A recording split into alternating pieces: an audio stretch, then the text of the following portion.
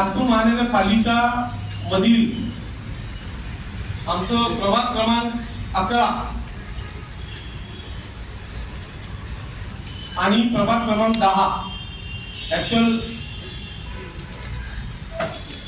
तर त्या दोन प्रभागांची जी सीमा आहे ते एक दुसऱ्याला लागून असल्यामुळे साहजिक आहे की काही मतदार प्रभाग 10चा प्रभाग 11ला जाऊ शकते आणि प्रभाग 11चा काही प्रभाग 10ला काही वोटर्स इकडे तिकडे शिफ्ट होऊ शकतात.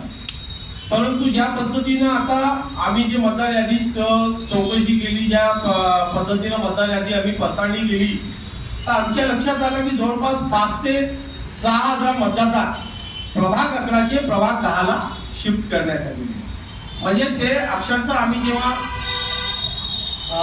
आम्ही यांना जेव्हा अर्ज केलं त्या अर्जामध्ये आम्ही नमूद केलं आहे नागपूर महानगरपालिकेला की आम्ही तुम्हाला ज्या लोकांचं म्हणजे जे लोक शिफ्ट झाले त्यांचे घर सुद्धा आम्ही दाखवू शकतो आणि ते लोक 3 दिवसापासून सातत्याने आमच्या सोबत फिरत.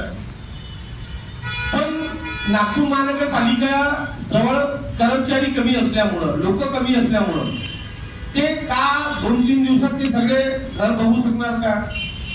सगळे घर ते बघू शकत नाही. त्यांच्याकडे मनुष्यबळ कमी असल्यामुळं मला नाही वाटत की चांगल्या पद्धतीने इथं हे मतदार यादीला ते जे शिफ्ट झाली आहे त्याला ते आपल्या पुन्हा प्रभाग 11 किंवा प्रभाग 10ला शिफ्ट करू शकतात.